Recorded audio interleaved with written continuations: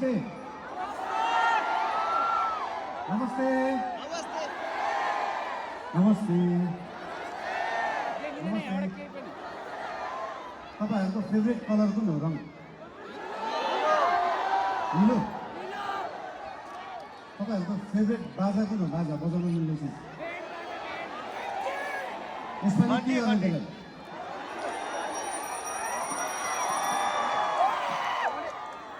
अघि प्लेनबाट ल्यान्डिङ गर्दा गर्दा एउटा कुरा नोटिस गरिरहेको थिएँ।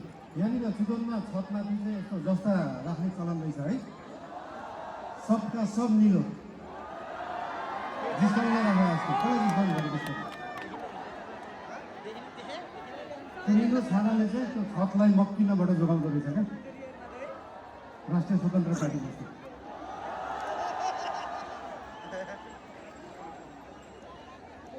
चितवन अघि झर्दै गर्दाखेरि एकजना भाइले भन्नुभयो, भाइ देशभरि जाँदाखेरि जसरी टुरिज्म प्रमोसन गर्नु भएको थियो एकचोटि चितवनको पनि टुरिज्म प्रमोसन गरिदिनु होला भनेर। मैले भने मेसीलाई फुटबल खेल्न सिकाउनुपर्छ, रोनाल्डोलाई फुटबल खेल्न सिकाउनुपर्छ। हाम्रो चितवनका हाम्रा थारू समुदायमा भएका होमस्टेहरू रिसोर्टहरूमा देख्न सकिन्छ कि यहाँको उत्पादन, यहाँको लुगा, यहाँको म्युजिक, यहाँको खानेकुरालाई कसरी उहाँहरूले टुरिज्म प्रमोसनको लागि उहाँहरूले विश्वमा चिनाउनु भएको छ। त्यो हेर्दाखेरि चितवनले चाहिँ देशलाई टुरिज्म प्रमोसन सिकाउनुपर्छ। घरमा खाने आफ्नो लोकल खाना, आफ्नो लोकल परिकार घरमा खाने, त्यो लोकल परिकारलाई एउटा इन्टरनेसनल क्युजाइनको रूपमा उहाँहरूले प्रस्तुत गर्न सक्नु भएको छ। त्यो पुरै देशले सिक्न जरुरी छ।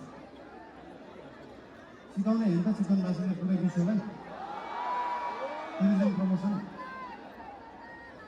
राम्रो कुराहरू यहाँको ठाउँहरूको धेरै छन्। एउटा समस्या रहेछ यहाँ, हरेक वर्ष न्युजमा देख्न पाइन्छ किसानले बाटोमा दुध पोखाएको, तरकारी फालेको। त्यो के रहेछ भन्दाखेरि किसानले सही बजार नपाएको, किसानले सही मूल्य नपाएको एउटा समस्या रहेछ। केही सीमित बिचौलिया, केही सीमित नेताहरूको एउटा सिन्डिकेटले गर्दाखेरि पारी जुन अनुदानले कृषि हुन्छ त्यो सस्तो जस्तो देखिन्छ। त्यो सस्तो तरकारी यहाँ ल्याएर यहाँको किसानको मूल्य चाहिँ महँगो जस्तो देखाएर एउटा भ्रम सृजना गरेर किसानलाई मार्ने काम भएको छ। त्यो रोक्न जरुरी छ।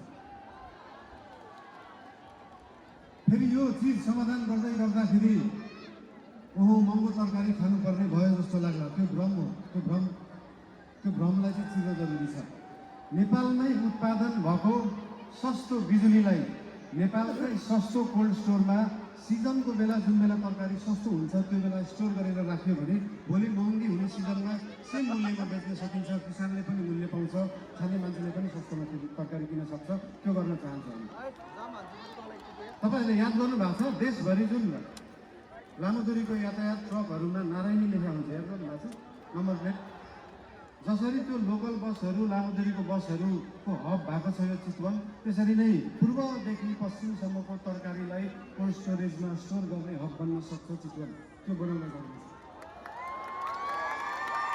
देशवासीलाई आफ्नै तरकारी खुवाउन जरुरी छ र किसानलाई सही मूल्य दिन जरुरी छ। बर्खामा हाम्रो बर्खा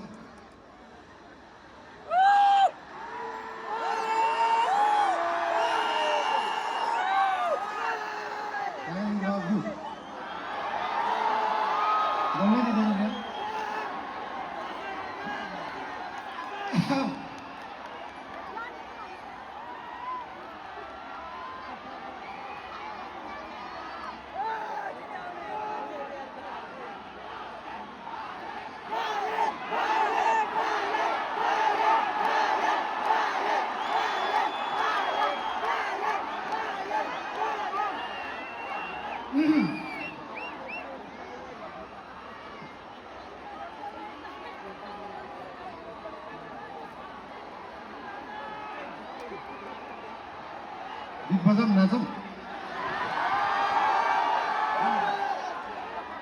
बर्खाको बेला नेपालमा उत्पादन भएको बिजुली खेर गइरहेको हुन्छ। सुक्खामा हामीसँग आफै बिजुली हुँदैन, तर त्यो बिजुली स्टोर गर्ने ब्याट्री त छैन जस्तो लाग्छ हामीलाई। तर छ। हाम्रो देशमा उत्पादन भएको सस्तो बिजुली बेचेर देश धनी बन्दैन, त्यसलाई प्रयोग गरेर त्यसलाई स्टोर गरेर बन्छ।